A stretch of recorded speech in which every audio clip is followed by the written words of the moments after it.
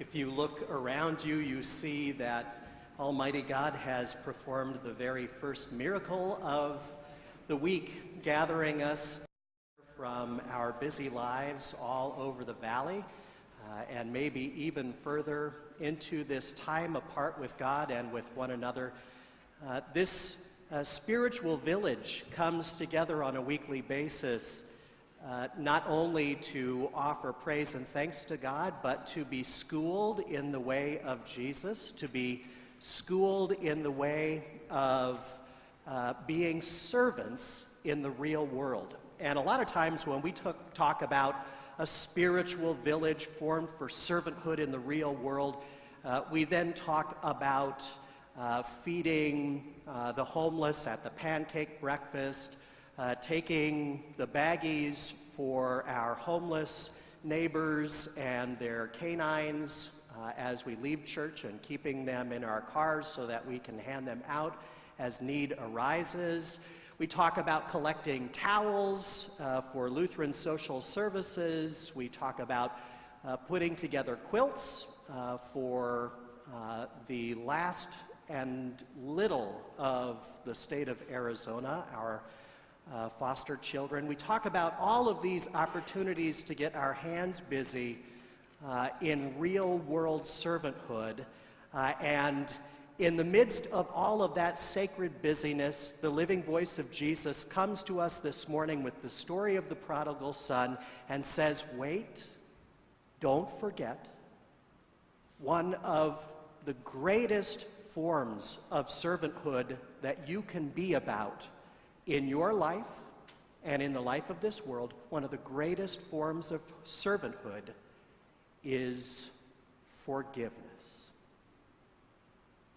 I am grateful that this morning's story is told by the living voice of Jesus about how the Father forgives us, and I'm glad it's not me telling the story about how I forgive others, because the story would probably sound different, especially if I weren't trying to show off and be the pastor guy who has his spiritual act together. If I changed the story of the prodigal son to look the way my practice of forgiveness actually looks, it'd be very different.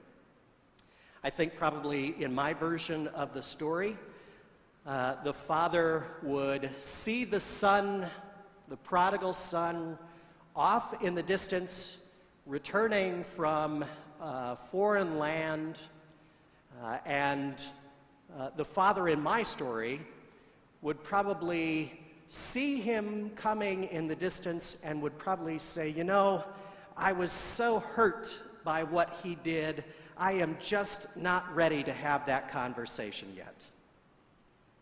And if I were telling the story, the father in my story would probably task a servant to run out to the prodigal and say, you know, Dad is really still very angry, still very hurt, and is not ready to have this conversation.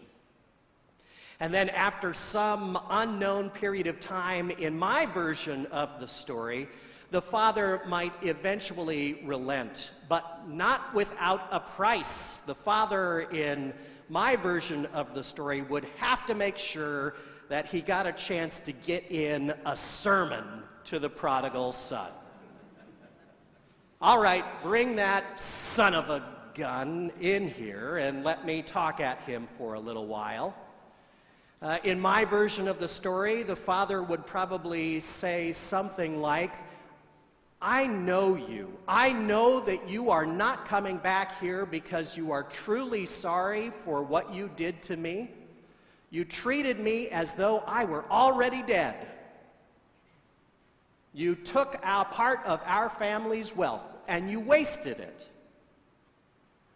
You're just coming back because things didn't work out over there, and now you're hungry.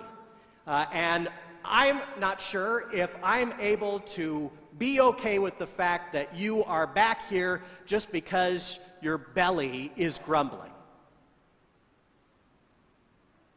In my version of the story, The father may say, all right, I get that you are hungry and in need.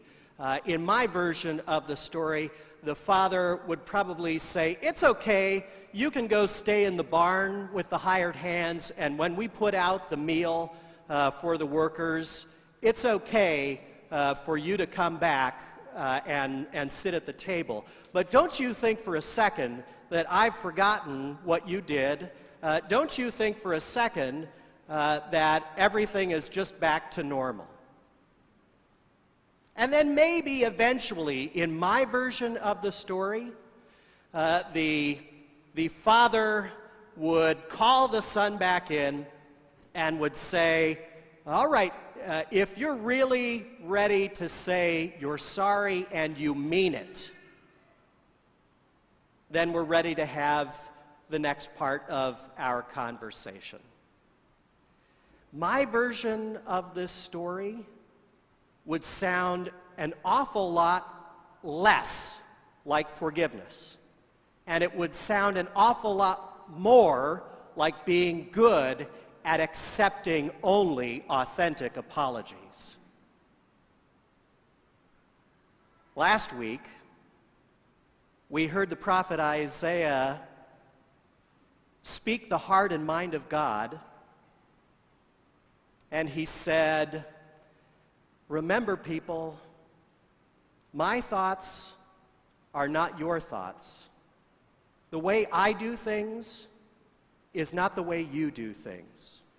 And usually I always ascribe that to sort of how God understands bad things fitting together in the story of our lives and eventually bringing us to a place of wisdom and goodness. But this morning, I realize that one of the most important ways that God's thoughts are not like my thoughts, that God's ways are not like my ways, is when it comes to forgiveness. Our God, revealed in Jesus, present now in the Spirit, lifting up the story, this ancient parable of the prodigal, our God is not in the business of forgiving people by accepting authentic apologies. Our God is in the business of outrageous, unconditional, radical forgiveness, giving before you have even thought about coming home, giving you before your tummy rumbles with whatever felt need you may have at any given moment of this life. This God, revealed in this man, the carpenter, and in this story, is in the business of honest to God forgiveness. And it is good and sweet, and if nothing else, we should pause to remember the way God does it is not the way we do it. It's not the way we would do it if we were the ones sitting on the throne. But there is more. There is a hook on this story that should snag some part of your soul as you hear it this morning. You see, almost every week around that table, and probably every day, at least once a day, you pray in a way